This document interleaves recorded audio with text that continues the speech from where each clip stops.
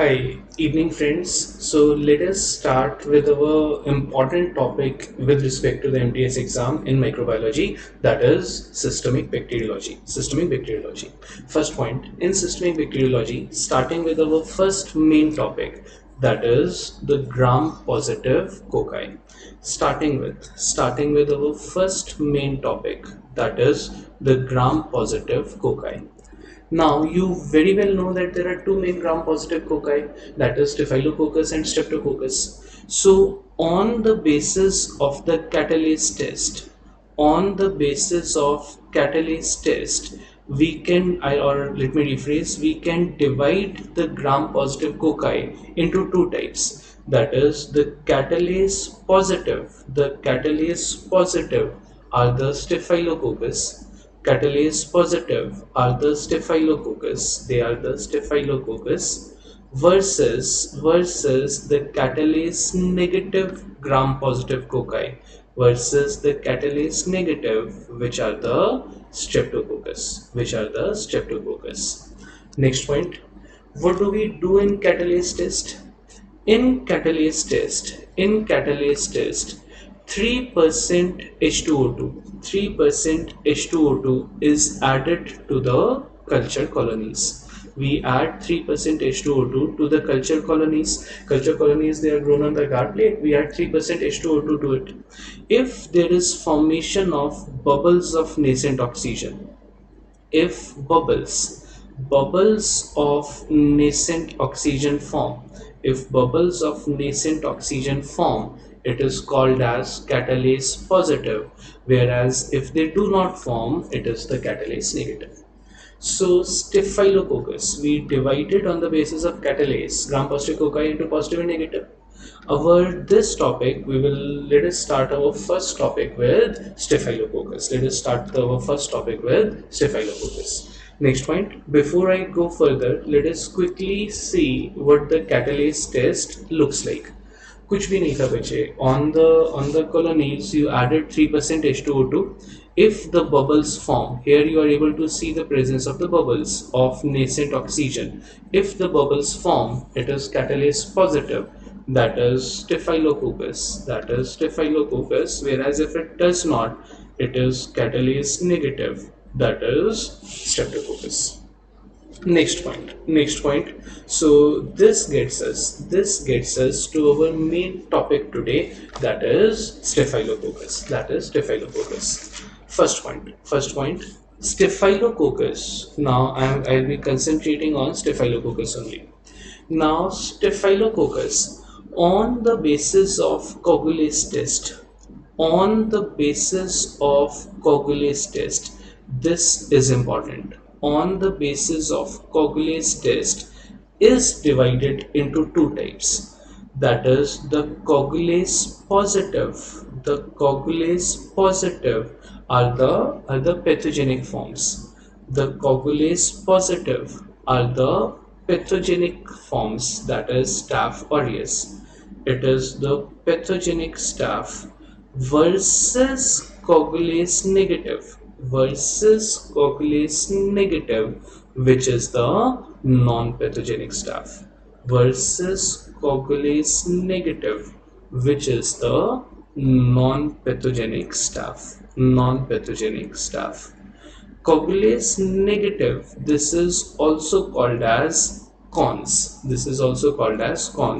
That is Coagulase negative staph or cons. These are the non-pathogenic staph. Next point, before we go further, let us have a look at Coagulase test. This is important and is asked. Let us have a look at Coagulase test. What do we mean by this? I'm writing it on the side here only. Coagulase test, what do we do in this? Now Staphylococcus,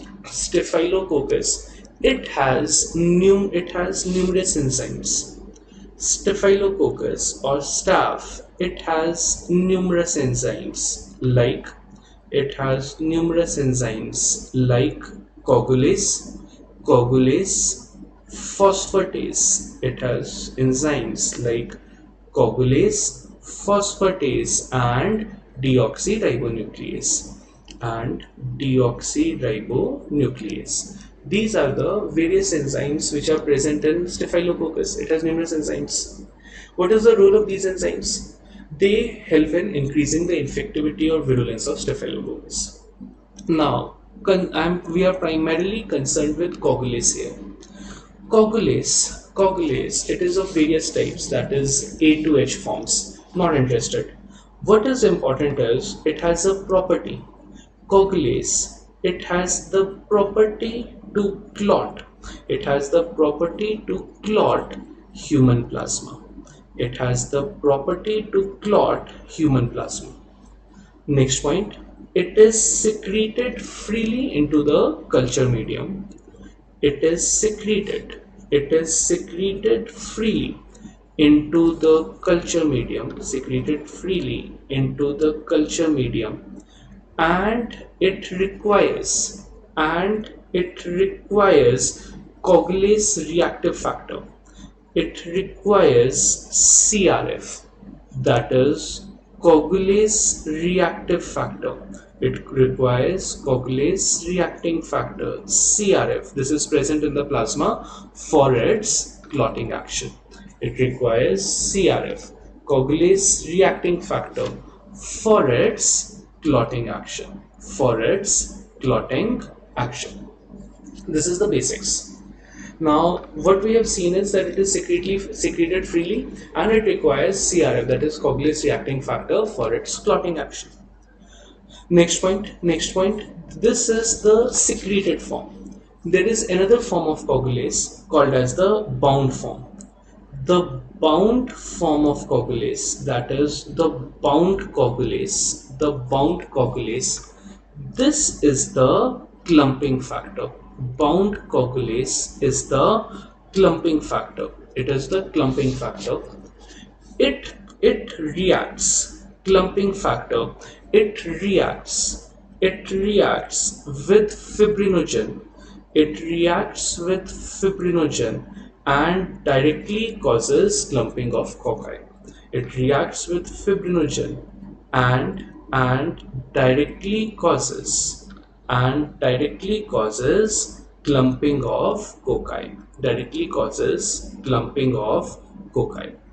So this was the enzyme coagulase. Staph aureus, the pathogenic form of Staphylococci, has coagulase. This is tested by coagulase test. So what we have seen is the enzyme coagulase. It is of two types: the free form which was secreted freely, and the next was the bound form. Next point. So this gets us to the coagulase test. Coagulase test, it is again of two types. That is the slide coagulase test. It is of two types. That is the slide coagulase test and the tube coagulase test. Starting with the slide coagulase test, this detects the bound form of coagulase. This detects the bound coagulase. That is, this detects the clumping factor or the bound coagulase. Next point, versus the tube coagulase test. Which is used to detect the extracellular free coagulase. This is used to detect the extracellular free coagulase. All these are the questions. So we are not interested in the details of how the slide coagulase or the tube coagulase tests are performed. They are not important. What is important is slide coagulase test detects the bound form of the coagulase versus tube coagulase, which detects extracellular free coagulase. Next point. This is what the coagulase test looks like. The slide and the tube coagulase. Let us first have a look at the slide coagulase. Slide coagulase test. It was detecting the bound coagulase. it was detecting the bound form, it was detecting the bound coagulase. And if on the slide, if there are no clumps, that means it is negative. You're able to see no clumping, this is negative. Versus if the clumps form, it is positive. This is a slide coagulase test.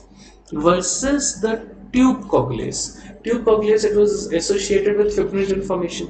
So here in the tube, if a clot has formed, the tube coagulase is positive. Versus if there is no clot, it is negative. Versus a no clot, it is negative. This is the coagulase test. This is the coagulase test. Next point. Coming back to the gram positive cocci. Coming back to gram positive cocci. What we have seen is catalase test differentiated the gram positive cocci into two main ones, Staphylococcus and Streptococcus. Staph was catalase positive, Strep was catalase negative. Starting with Staphylococcus, on the basis of Coagulase test was positive in pathogenic staph versus Coagulase negative staph. They were the non-pathogenic forms. They were the non-pathogenic. Next point. There are two main non-pathogenic forms of staph. There are two main non-pathogenic forms. That is Staphylococcus epidermidis and Staphylococcus saprophyticus. We differentiate between the two on the basis of novobiocin test. Let me write it this way so that you are able to see that we are writing for Staphylococcus. On the basis of novobiocin test, we differentiate coagulase negative staph, that is cons, into two types. That is the novobiocin sensitive, which is staph epidermidis, novobiocin sensitive, that is staph epidermidis, and the novobiocin resistant, that is staph saprophyticus. The novobiocin resistant, that is staph saprophyticus. What do we mean by this novobiocin test? So let me just highlight the test: Coagulase test, and the next is novobiocin test. In novobiocin test, it is an antibiotic sensitivity testing. So novobiocin testing, let me write it below this here only. Novobiocin testing. This is antibiotic sensitivity testing. This is antibiotic sensitivity testing. This is an antibiotic sensitivity test. What do we mean by this? In this, it is performed on the preferred medium. Performed was a better word than done. It is performed on MHA, that is Muller-Hinton agar. It is performed on Muller-Hinton agar, MHA, which is the preferred medium for any antibiotic sensitivity test. This is the preferred medium. Next point. Instead, if MHA is not available, if Muller-Hinton agar is not available, it can even be performed on nutrient agar. That is NA, nutrient agar, but Muller-Hinton agar is preferred. What happens in this is, in antibiotic sensitivity testing, a Kirby-Bohr disk diffusion testing is performed. This is the Kirby-Bohr, the method of doing it. This is the Kirby-Bohr. Just the name is important. The test is very commonsensical. The Kirby-Bohr disk diffusion testing is performed.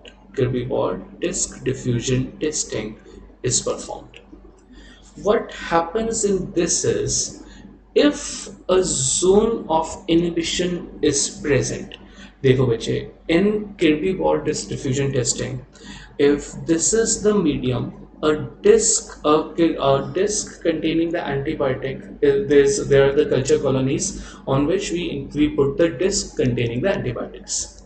Now, around the disc, if a zone of inhibition is present, if a zone of inhibition is present, that is, the bacterial colony did not grow around the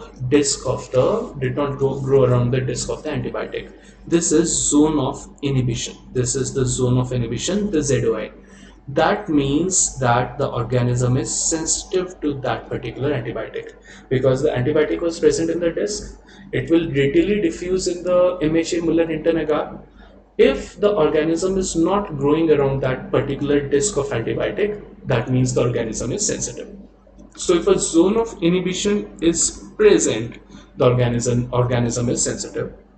Versus if there is no zone of inhibition, that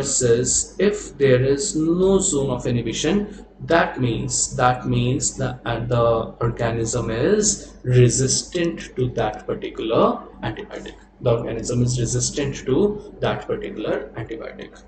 This is the antibiotic sensitivity testing. So on the basis of novobiocin test, we divide the Staphylococcus, the non-pathogenic staph.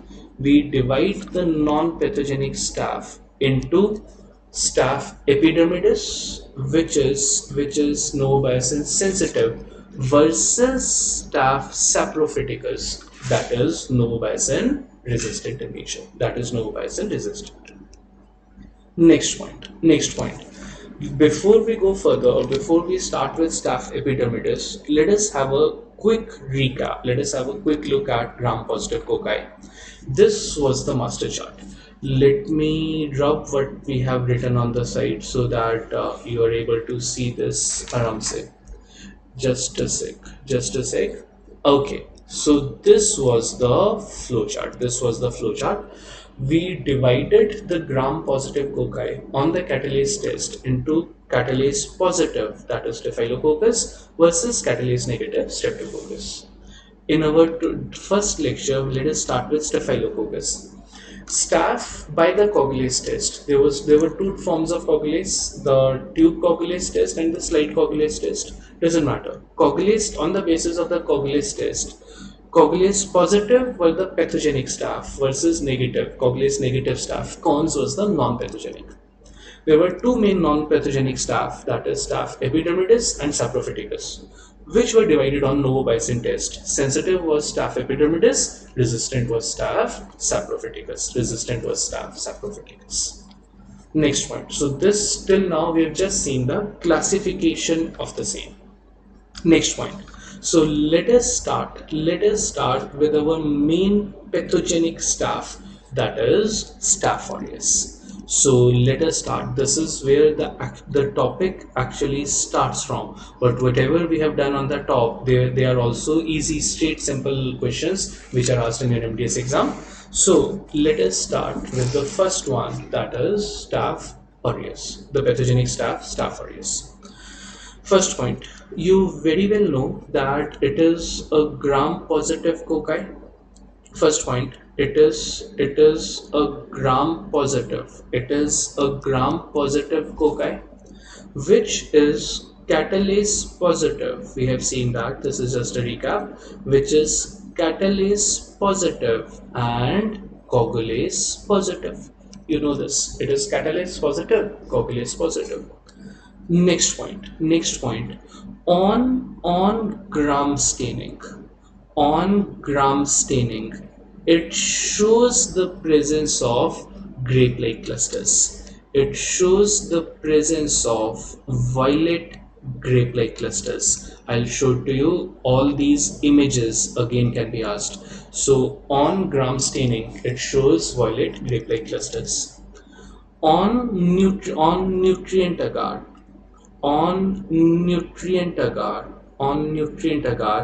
it shows the presence of beautiful golden yellow pigmentation. pigmentation, golden yellow pigmentation on nutrient agar. It actually looks beautiful. It looks beautiful. I'll just show it to you. Next point, on blood agar. On blood agar, it causes beta hemolysis. On blood agar, it causes beta hemolysis. It causes beta hemolysis and leads to the formation of pinhead sized colonies. Leads to the formation of pinhead sized colonies. Pinhead sized colonies. Please remember, Staph aureus has pinhead. When we will see Streptococcus on blood agar, it will show us a different color. Next point. So before we go further, let us have a look at what it looks like on the slides. Now starting with our first image, which is this is the novobiocin sensitivity testing. This is the novobiocin sensitivity testing. Novobiocin sensitivity testing for Coagulase negative staph, cons.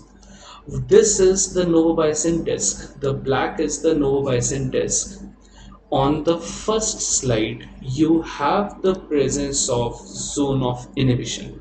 Here, this is the clear white area where no organism is growing. That is zone of inhibition, ZOI. Zone of inhibition is present. So this is novobiocin sensitive. This is novobiocin sensitive. Versus there is no zone of inhibition here. This is novobiocin resistant. Plain and simple, this is the novobiocin sensitivity testing. Next point, starting with gram stain. Starting with gram staining. This is the violet grape-like clusters. This looks like grapes. I mean, I know I'm feeling hungry just looking at that.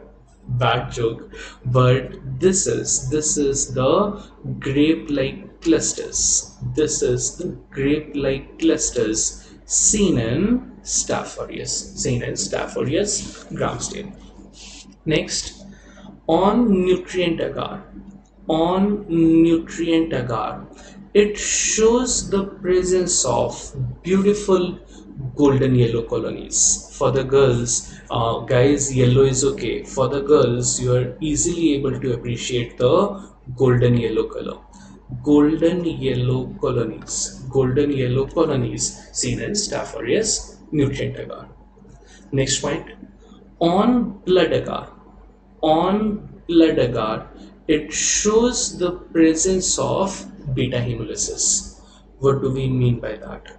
Beta hemolysis, which are used around the colonies, you have complete hemolysis. You are able to see complete hemolysis. Let us have a look at higher power. See, this was the whole colony, which at higher power there is a complete zone of hemolysis. This is called as beta hemolysis. This is beta hemolysis. There are three types of hemolysis: alpha, beta, gamma. Types of hemolysis. Beta hemolysis is complete hemolysis. Versus, see, the agar is the blood agar. It has bloody color. It is red in color. Versus alpha hemolysis, which is partial hemolysis. There is partial hemolysis with greenish discoloration. There is partial hemolysis with it is incomplete zone of hemolysis with greenish discoloration of the blood agar. Greenish discoloration of blood agar. This is alpha hemolysis.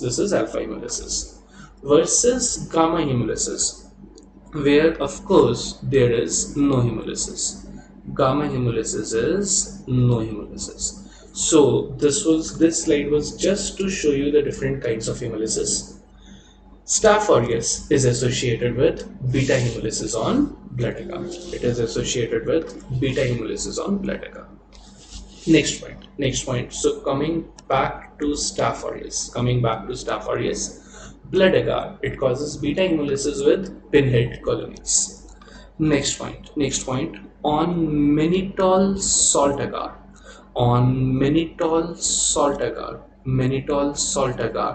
MRSA, First point, put a star.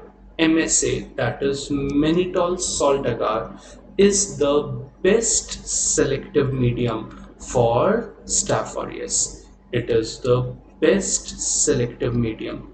It is the best selective medium for Staph aureus. First point. Next, mannitol salt agar. Staph aureus shows the presence of yellowish discoloration. It shows yellow color. It shows yellow color on mannitol salt agar. And lastly is the Ludlum's medium. Lastly is the Ludlum's medium, which is the second best medium,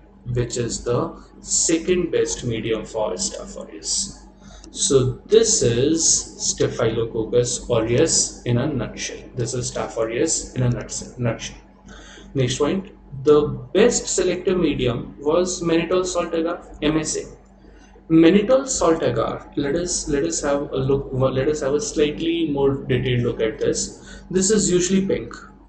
With Staph aureus, the pink changes to the yellow color, and this is what it looks like. Unfortunately, I do not have the photograph of mannitol salt agar with me, but the pink color changes to the yellow, which we need to bache. It was a simple diagram. If it was a simple diagram, on top there is pink color, that is MSA.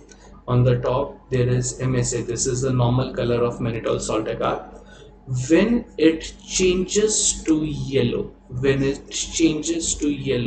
it means it is Staph aureus. It exactly looks like this. There was nothing more than this. I would have shown you a slide with pink and yellow colors. So this is Staph aureus. Next point. This gets us to the virulence factors. Associated with Staph aureus. Virulence factors associated with Staph aureus. First point.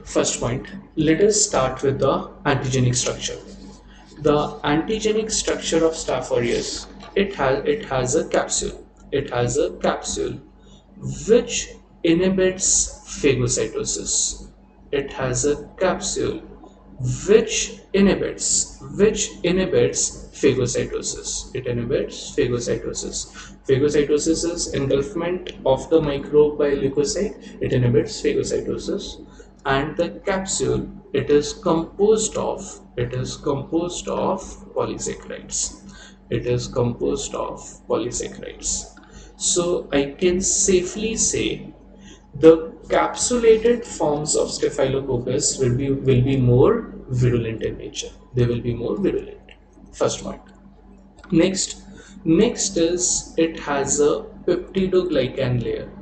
Next point, it has a peptidoglycan layer. The peptidoglycan layer, this is the polysaccharide that provides rigidity to the cell wall. Peptidoglycans provide rigidity. They provide rigidity to the cell wall. In immunity, we will see that the host immune response is against the peptidoglycan layer. So I can safely say it activates complement pathways and in production of inflammatory cytokines. It activates complement pathways and production of inflammatory cytokines. That is the peptidoglycan layer. Next and the most important, put a star, is the teichoic acid. Next is the teichoic acid.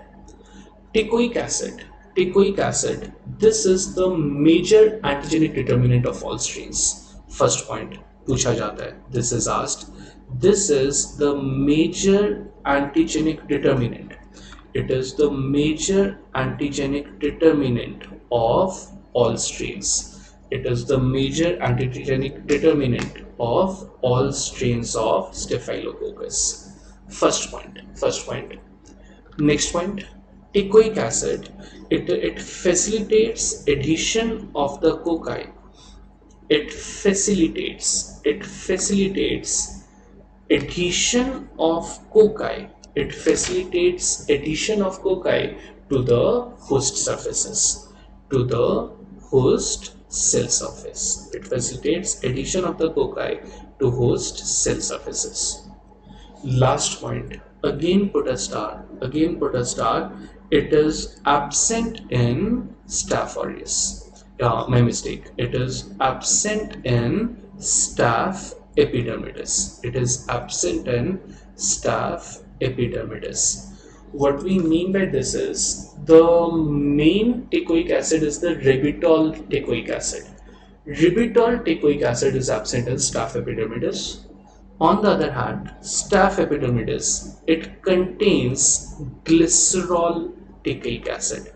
Janbujkar, I have not written the main is ribitol teichoic acid. Not important, not important. I don't want you to be cluttered with information. So the next virulence factor is teichoic acid.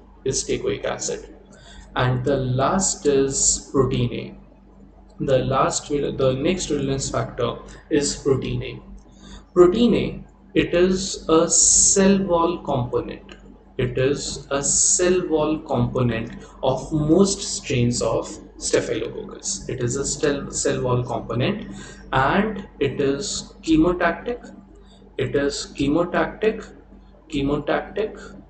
antiphagocytic. It is chemotactic, antiphagocytic, that is, it prevents the phagocytosis of the organism by leukocytes. Antiphagocytic and anti-complementary in action, that is, it is also associated with reduced action of complement proteins on the organism. It is chemotactic, that is, the leukocyte will reach the site of inflammation because of presence of protein A on staphylococci, but it is antiphagocytic and anti-complementary in action. So it is a virulence factor. Next one. So which all virulence factors have we seen till now? The capsule, the peptidoglycan layer. Thicker is the peptidoglycan layer, more is the virulence. Teichoic acid. Teichoic acid was the major antigenic determinant of all the strains. Teichoic acid, and the next is protein. Next, the next virulence factor of Staphylococcus. The next virulence factor is the presence of hemolysis. Hemolysis, they are again of four types: alpha, beta, gamma, and delta. There are four types of hemolysis: alpha, beta, gamma, and delta. We will have a look at the important two ones, that is alpha and beta. Hemolysis, starting with alpha hemolysin. Alpha hemolysin, it shows paradoxical action. Alpha hemolysin shows paradoxical action. By paradoxical action, we mean that it is inactivated at 60 degrees Celsius. Heat inactivates the toxins. It is inactivated at 60 degrees, but on further heating, that is at 100 degrees, it is reactivated. It is reactivated at 100 degrees. This is called as the paradoxical heat action associated with alpha hemolysin. Why does it occur? This occurs due to toxin binding with inhibitors. Toxin binds to inhibitors at 60 degrees. As a result, it is inactivated at 60 degrees. On further heating to 100, the inhibitor toxin complex is released, so it is reactivated at 100. This is alpha hemolysin. And the next is beta hemolysin. Also called as sphingomyelinase. Sphingomyelinase. This shows hot and cold phenomena. This shows the hot and cold phenomena. Hot and cold phenomena. What is hot and cold phenomena? In hot and cold phenomena, the beta hemolysis, the name tells you that beta hemolysin will show beta hemolysis. That is why Staph aureus on blood agar showed beta hemolysis. What was beta hemolysis? Partial hemolysis or complete? It was the complete hemolysis. Let me write it on the side so that you remember. It is the complete hemolysis. It is the complete hemolysis. So beta hemolysin or sphingomyelinase, it shows beta hemolysis which starts at 37 degrees Celsius. But it is better seen at but it is better seen at 4 degrees Celsius. This is the hot and cold phenomena associated with hemolysis. So these were the virulence factors with Staphylococcus aureus. There were five main the antigenic factors or five main virulence factors, which were the capsule, peptidoglycan layer, teichoic acid. Teichoic acid was the major antigenic determinant, protein A, which was the cell wall component, and hemolysis. These were the virulence factors with Staph aureus. Next point. This gets us to the toxin-mediated illnesses. Let me slightly enlarge it. Okay, so this gets us to the toxin-mediated illnesses associated with Staph aureus. First point. The first obviously is food poisoning. The first toxin-mediated illness is food poisoning. The incubation period with Staph aureus. From this point onwards, we will write the incubation period as IP. It will be slightly easier. Incubation period with Staph aureus is 1 to 6 hours. First point. पूछा जाता है. This incubation period, it resembles Bacillus cereus. It resembles the Bacillus cereus emetic stain. This again is important. It is a differential diagnosis.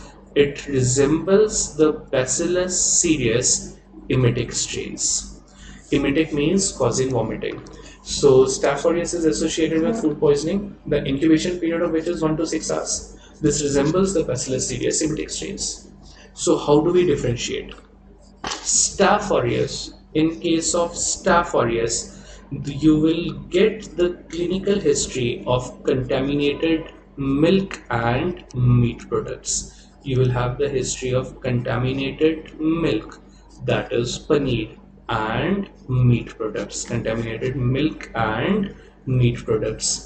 versus in Bacillus cereus emetic strain or Bacillus the cereus the emetic strain, you will have the history of contaminated Chinese food like fried rice which the patient has taken roadside. So suppose you are given a history of that barat or a wedding ceremony was taking place in which many people fell ill after having paneer products or after having paneer butter masala or something like that. That is Staph aureus. Next, a family goes to enjoy, or a couple goes to enjoy a roadside romantic walk with and had Chinese food or Chinese fried rice. That is Bacillus cereus emetic strain. This is how the clinical history is given. Incubation period for both is 1 to 6 hours. First point. So the first toxin-mediated illness is food poisoning.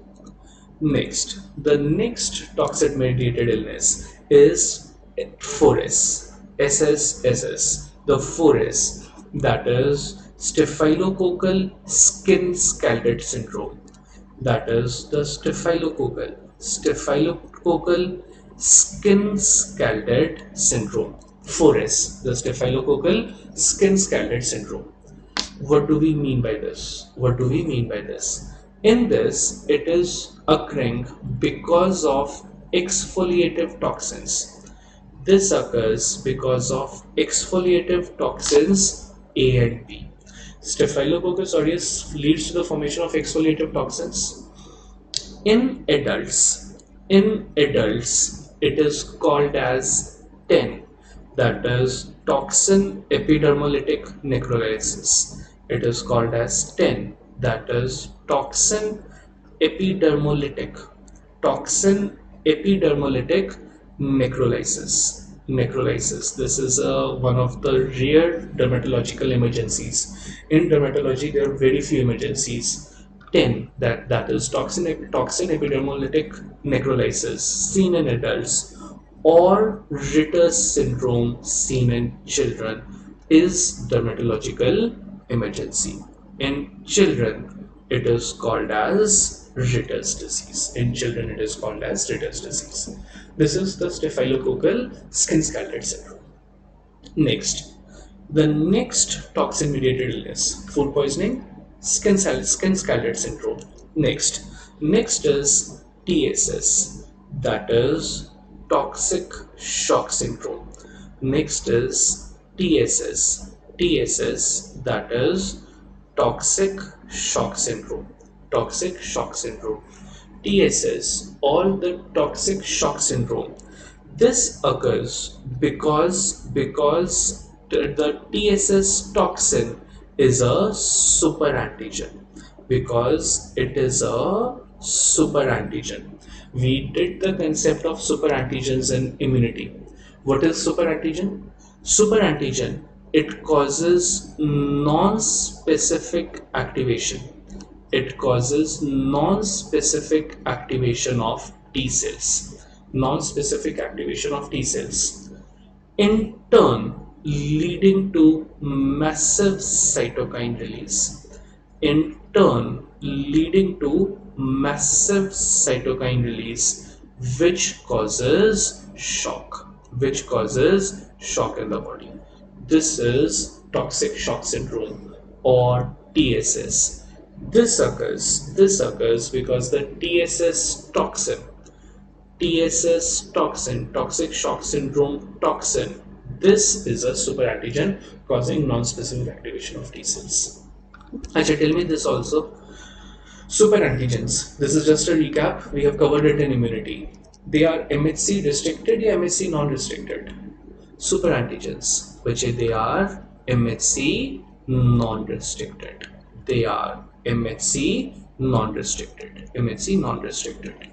And lastly, toxic shock syndrome, TSS. This occurs because of usage of contaminated vaginal tampons.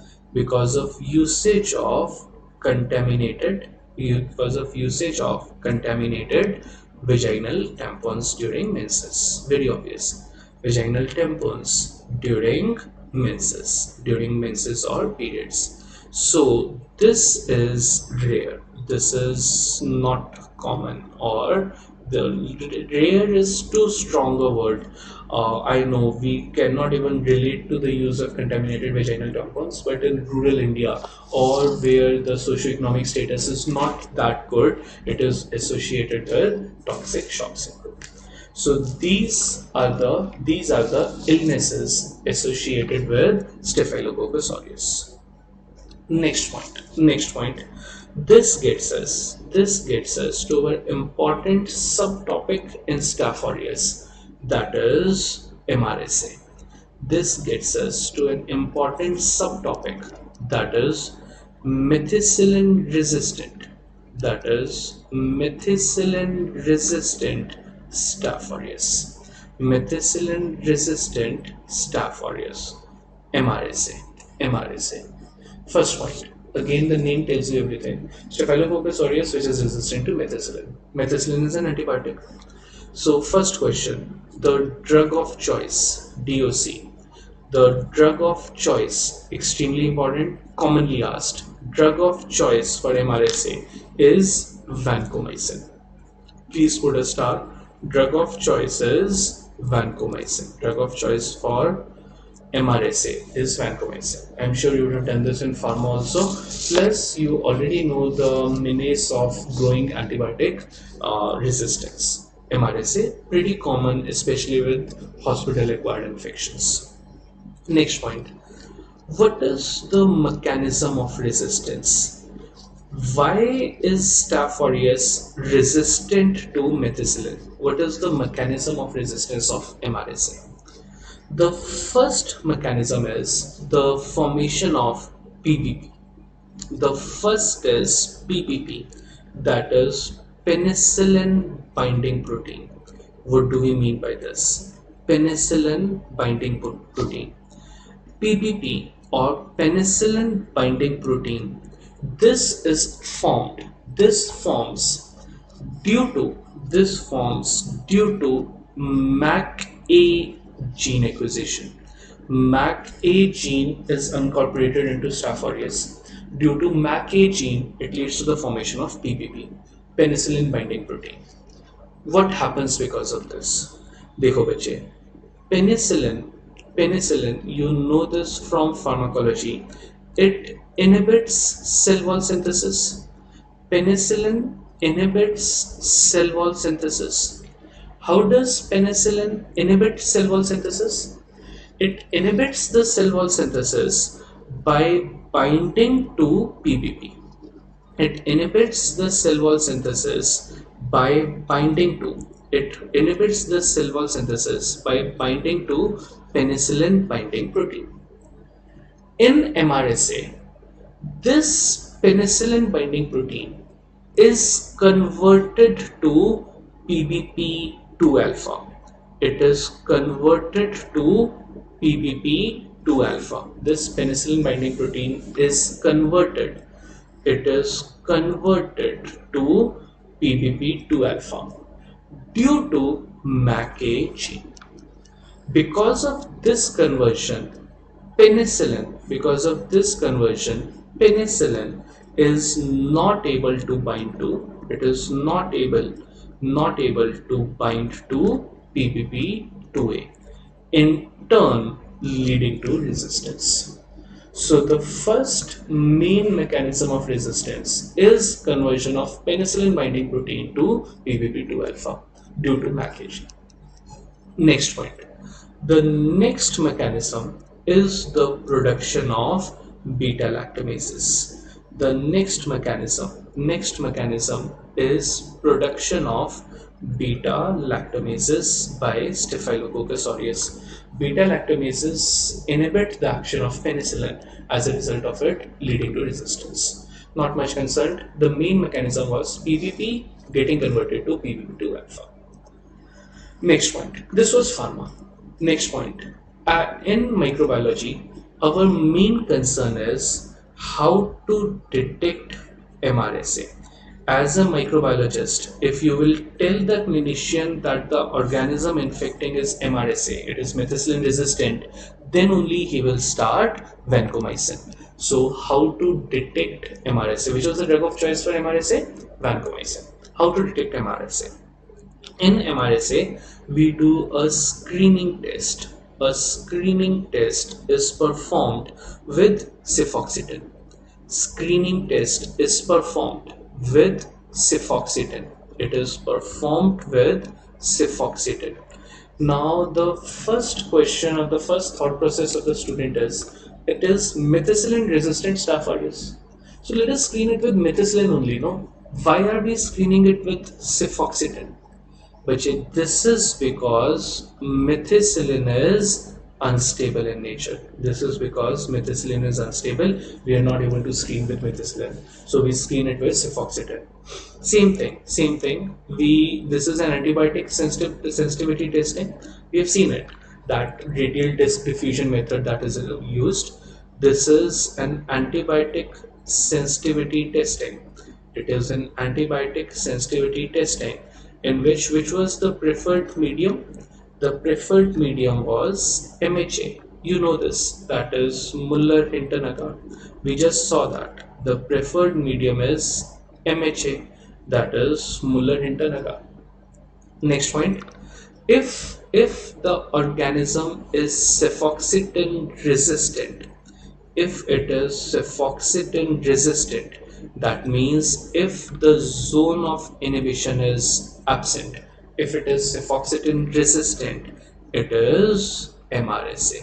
It is MRSA.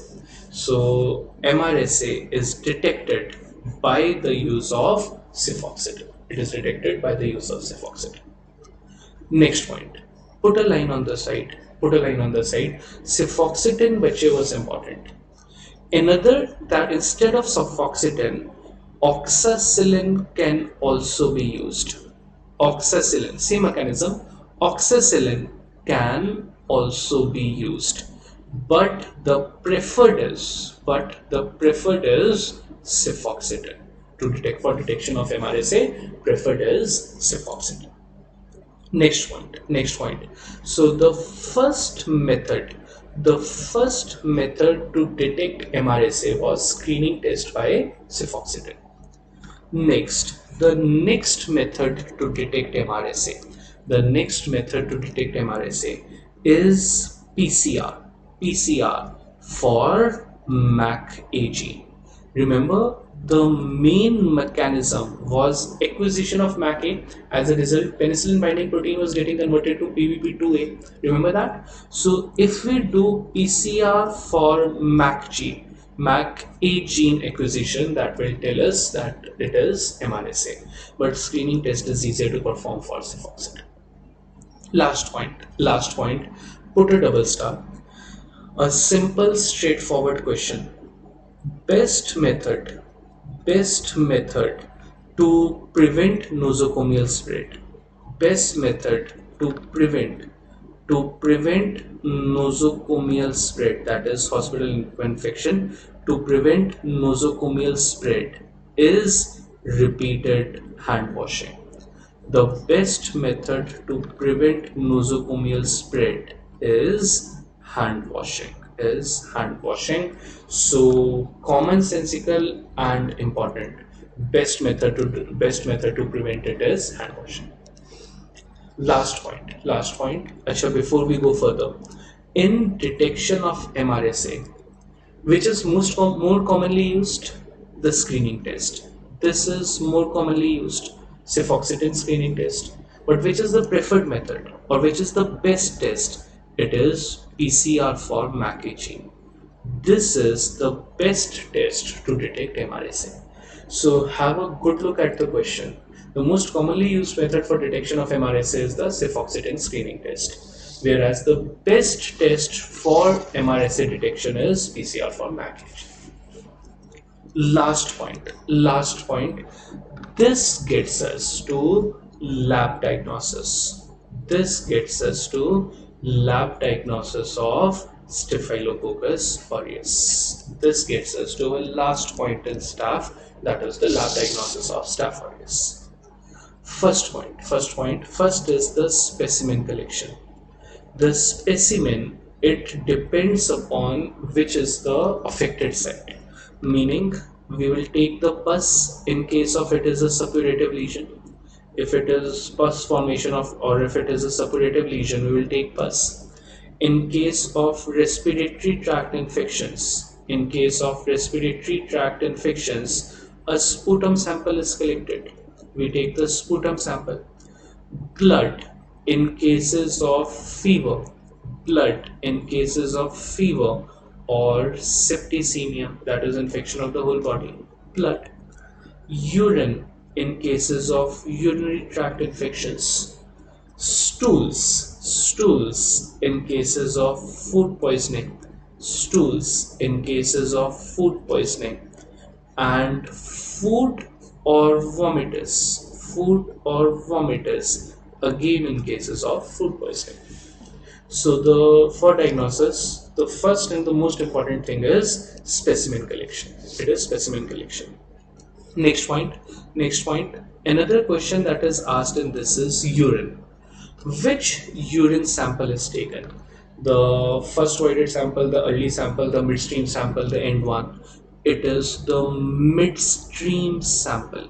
It is the midstream urine sample which is collected. It is the midstream urinary sample which is collected. Next point, blood. Blood is collected in, this again is asked. Blood.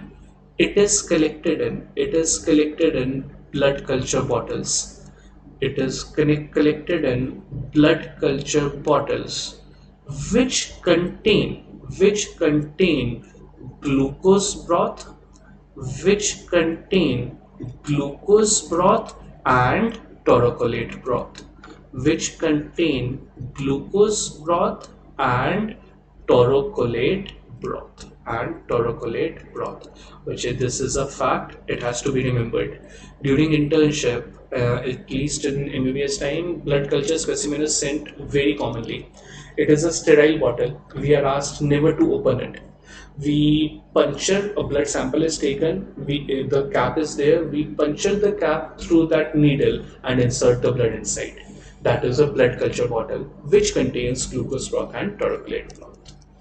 So the first is sample. Next, after you have collected the sample, a direct microscopy is performed. Where on gram stain,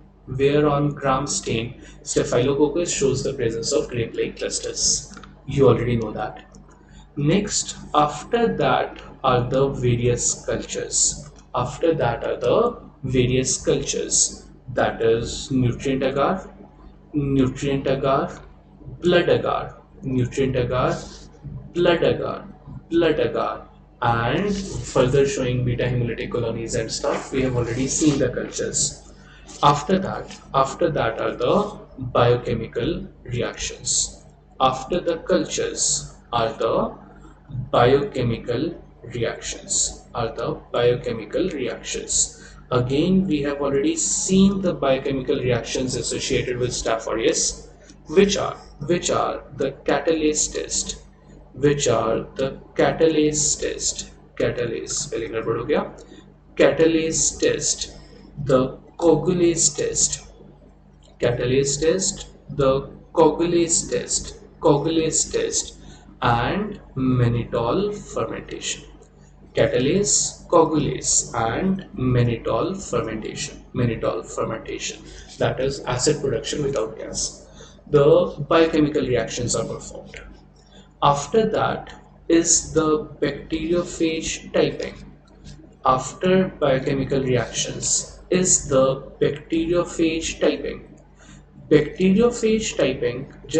us just have a look at one line on this.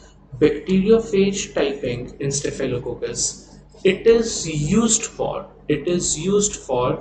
epidemiological purposes. Again, this is a simple one line. I'm not interested in how it is performed. It is used for epidemiological purposes to trace the source of infection.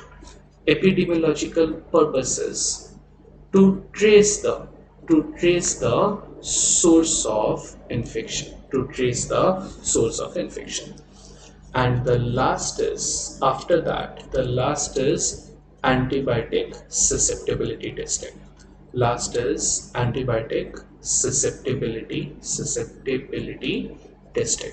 Antibiotic susceptibility testing. This was the Muller-Hinton agar MHA, in which the Kirby-Ward disk diffusion method was used. Antibiotic susceptibility testing, depending upon which antibiotic it is sensitive to, therapy is started.